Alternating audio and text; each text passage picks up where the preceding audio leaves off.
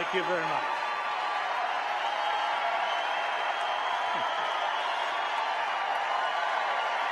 Thank you. Thank you very much. Thank you.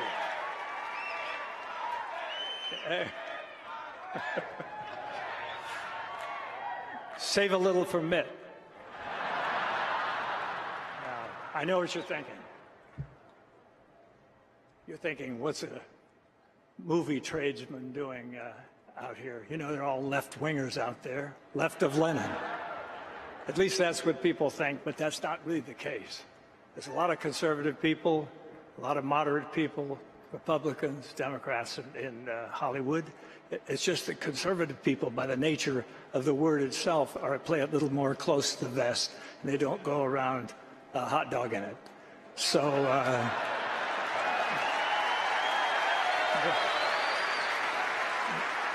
but they're there. Believe me, they're there. And I just, I think, in fact, there's some of them around town. I saw John Voight. There's a lot of people around here in town. John's here, Academy Award winner, terrific guy. And these people are all like-minded, like all of us.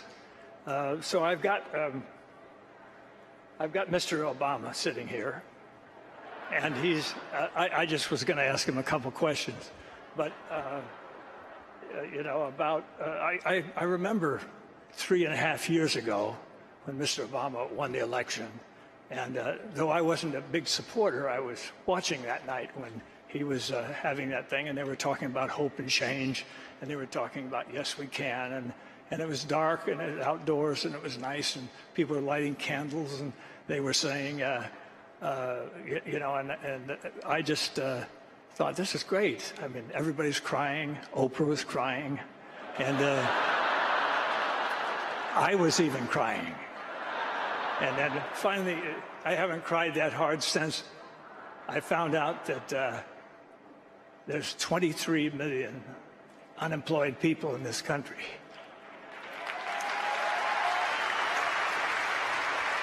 And now that is something to cry for, because that is a disgrace, a national disgrace, and we haven't done enough, obviously. This administration hasn't done enough to cure that.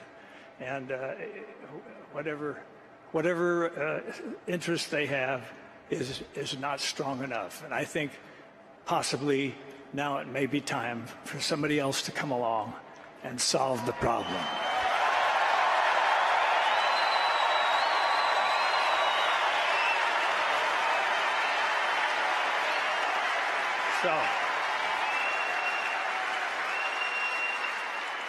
So, Mr. President, how do you handle promises that you made when you were running for election, and how do you handle it? I mean, what do you say to people? Do you just you know? I know people were wondering. You don't have it, okay? Well, I know even some of the people in your own party were very disappointed when you didn't close Gitmo. And I thought, well, I think closing Gitmo, why close that? We spent so much money on it. But I thought maybe it's an excuse. What do you mean, shut up? Okay. I thought it was just because somebody had a stupid idea of trying terrorists in downtown New York City. Maybe that was it.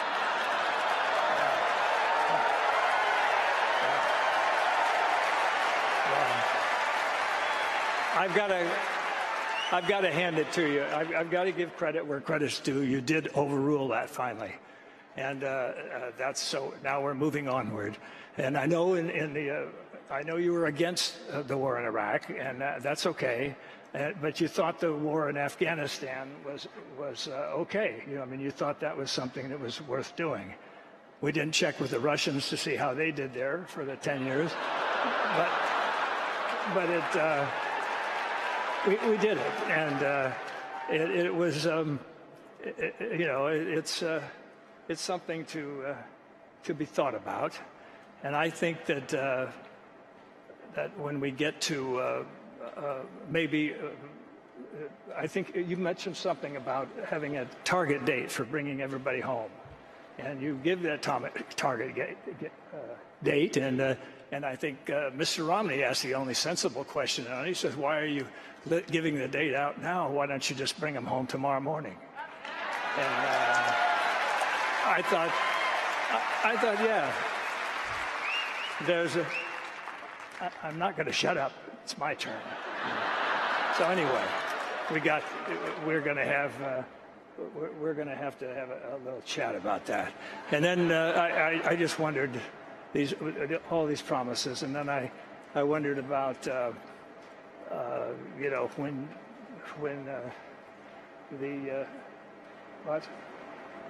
what do you want me to tell Romney? I can't tell him to do that. Can't do that to himself. You're crazy. You're absolutely crazy.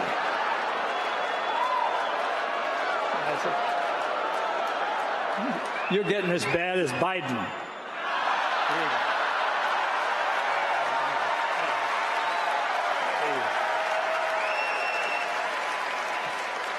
Of course, we all know Biden is the intellect of the Democratic Party. So just a kind of a grin with a body behind it, this kind of a thing. But I just think that there's so much to be done, and I think that Mr. Romney and Mr. Ryan are two guys that can come along. I never thought that it was a good idea for attorneys to be president anyway, because it's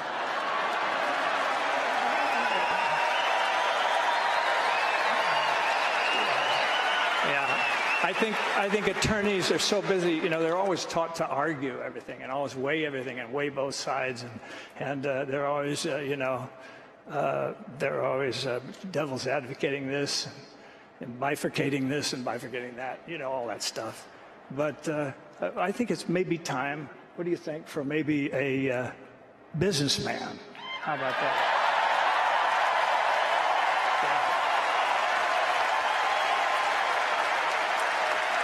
A stellar businessman, quote unquote, a stellar businessman. And I think it's that time. And I think if you just kind of stepped aside and Mr. Romney can kind of take over, you could still use the plane. Though maybe a smaller one, not that big gas guzzler that you're driving around when you're going around to colleges and talking about student loans and stuff like that. I think you're an ecological man. Why would you want to drive that truck around? Okay. Well, anyway. All right. I'm sorry.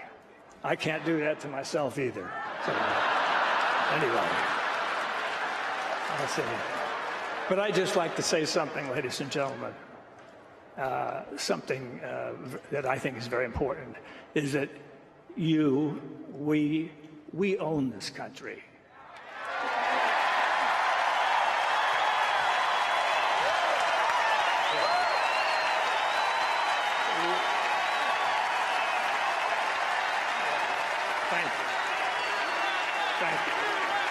Yes, we own it. And it's not you owning it and not politicians owning it. Politicians are employees of ours. And so they're just going to come around and beg for votes every few years, and it's the same old deal. But I just think that it's important that you realize that and that you're the best in the world. And whether you're Democrat or whether you're a Republican or whether you're libertarian or whatever, you're the best, and we should not ever forget that. And when somebody does not do the job, we got to let them go.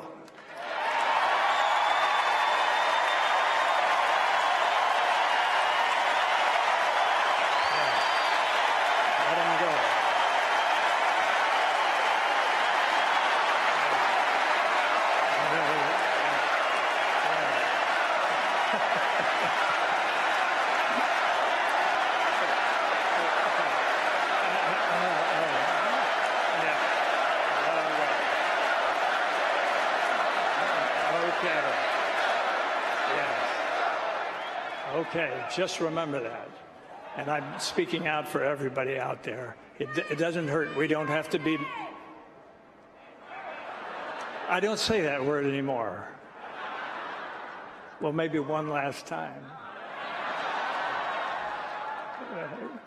We don't have to be, what I'm saying is we don't have to be mental masochists and vote for somebody that we don't even really want in office.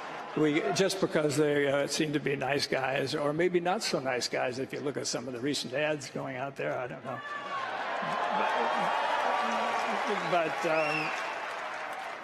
Okay, you want to make my day, huh? All right.